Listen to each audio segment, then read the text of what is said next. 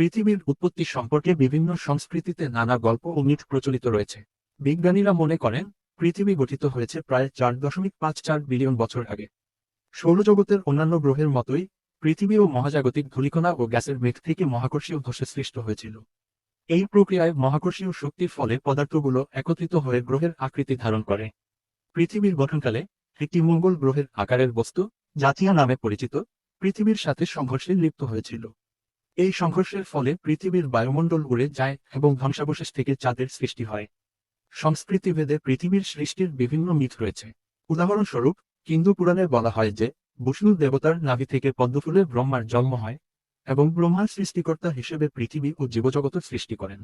পৃথিবী এবং অন্যান্য দেবতাদের উদ্ভব হয়, যারা পরবর্তীতে পৃথিবী ও মহাবিশ্বের বিভিন্ন উপাদান সৃষ্টি করেন। এগুলি বিভিন্ন সংস্কৃতির মিথ ও কাহিনীর উদাহরণ, যা পৃথিবীর উৎপত্তি সম্পর্কে তাদের নিজস্ব দৃষ্টিকোণ ও বিশ্বাস প্রতিফলিত করে। মানুষের আবির্ভাব বা উদ্ভব সম্পর্কে বিজ্ঞানীরা বিবর্তন তত্ত্বের মাধ্যমে ব্যাখ্যা প্রদান করেন। এই তত্ত্ব অনুযায়ী আধুনিক মানুষ হোমো স্যাপিয়েন্স প্রায় 2 লাখ থেকে 3 লাখ বছর আগে আফ্রিকায় উদ্ভূত হয়েছিল।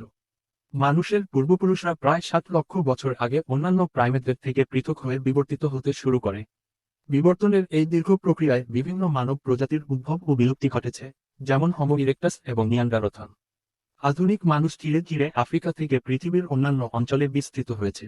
বিবর্তনের এই ধারায় মানুষের মস্তিষ্কের আকার বৃদ্ধি, ভাষার বিকাশ এবং সরঞ্জাম ব্যবহারের দক্ষতা বৃদ্ধি পেয়েছে, যা সভ্যতার বিকাশে গুরুত্বপূর্ণ ভূমিকা রেখেছে।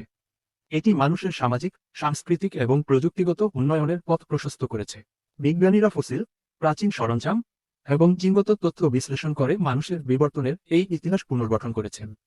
এই গবেষণা আমাদেরকে মানবজাতির উৎপত্তি ও বিকাশ সম্পর্কে গভীর অন্তর্দৃষ্টি প্রদান করে।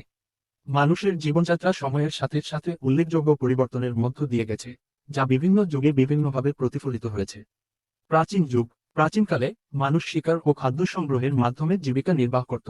তারা গুহায় বা অস্থায়ী আশ্রয়ে বসবাস করত এবং পাথরের সরঞ্জাম ব্যবহার করত। ধীরে ধীরে কৃষিকাজ ও পশুপালনের উদ্ভব ঘটে, যা স্থায়ী বসতি স্থাপনে সহায়তা করে। এতে সমাজ ব্যবস্থা ও সংস্কৃতির বিকাশ ঘটে। মধ্যযুগ। এই সময়ে কৃষিভিত্তিক সমাজ ব্যবস্থা প্রতিষ্ঠা হয় এবং নগরায়ন প্রক্রিয়া ত্বরান্বিত হয়।